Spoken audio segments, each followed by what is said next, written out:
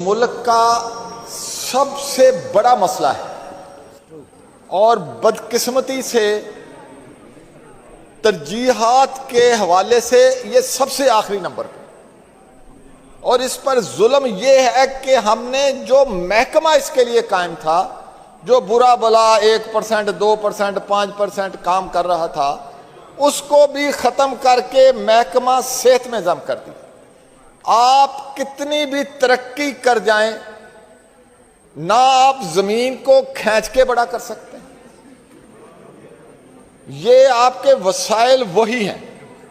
बढ़ती हुई आबादी आपके तमाम वसाइल खा रही है रोज बरोज। और मैं माजरत आपको इंटरप्ट कर रहा हूं। पहले आप जो अमेंडमेंट देना चाह रहे हैं वो हाउस को आगाह करें, उसके बाद ये बात करें। मैं माजरत मैंने इसलिए की है तक अमेंडमेंट करना चाह रहा हूं कि जो महकमा बहबूद आबादी का कायम था, खत्म किया गया है, उसको अलग महकमे के तौर पर कायम किया जाए। आप कंटिन्यू करें अपनी बात। सर नहीं, वो नहीं है, वो नहीं है। अच्छा, वो है नहीं, महकमे की हद तक नहीं। जनाब चेयरमैन, तो इस पे हुकूमती तरजीहात में तब तक आप कोई भी प्लान अपनी डेवलपमेंट का मुकम्मल नहीं कर सकते जब तक आप अपनी आबादी का आपके पास कोई डाटा नहीं है और उसका कोई आपके पास प्रोग्राम नहीं है उसको कंट्रोल करने का। 71 में इस मुल्क के जब 2 लाख हुआ, उस वक्त जो आज बांग्लादेश है मशरकी पाकिस्तान कहलाता था, और आज का जो पाकिस्तान है ये मगरबी पाकिस्तान कहलाता था।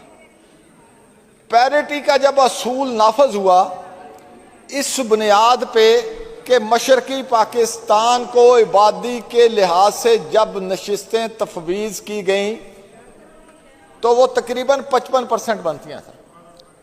यानी उनकी आबादी हमसे उस वक्त 71 में इतनी ज़्यादा थी, और आज 2026 में हम 25 करोड़ हैं, जो कागजिया शायद अमलन इससे भी ज़्यादा हो, जबकि बांग्लादेश जो आज कहलाता है वो 16-17 करोड़ पे है।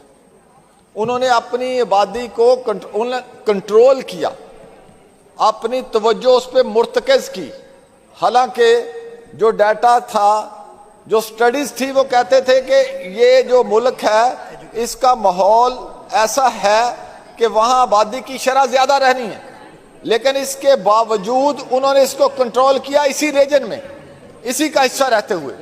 बदकिस्मती से हमने इस पर तवज्जो नहीं की, तो हमारी तमाम तर जो तरक्की थी ये बढ़ती हुई आबादी उसको साथ साथ खाती रही, मलियामेट करती रही। तो आज जब इसकी बहुत ज़्यादा ज़रूरत थी कि हमें इस पे हम अपनी तवज्जो मर्तकज़ करते, पिछले दौर में ये एक वर्ल्ड बैंक का एक प्रोग्राम था, उसके तहत कुछ 1400-1500 मराकज़ बनने थे आबादी कंट्रोल के। फंडिंग वर्ल्ड बैंक की थी, लेकिन हमारा अलमिया ये देखें हमारे पॉलिसी साजों का कि उन्होंने वो फंडिंग आने के बावजूद यहां सिर्फ 400 सेंटर बने। बाकी वो पैसे किधर गए, क्या हुआ, क्या हिसाब हुआ, किसी को कुछ नहीं पता। अब जो 400 उनमें से बन गया, उन्होंने अपना काम किया, थोड़ा बहुत आबादी को जो उनके जुम्मे लगाई गई चीजें उन्होंने अपना काम किया। अब वक्त था कि हम अपनी तवज्जो उस पर मुर्तकज़ करते, हम इस महकमे को ज्यादा स्ट्रेंथन करते, मॉडर्न जो टेक्निक्स हैं उसको अडॉप्ट करते, आबादी के इस बम को डिफ्यूज करते।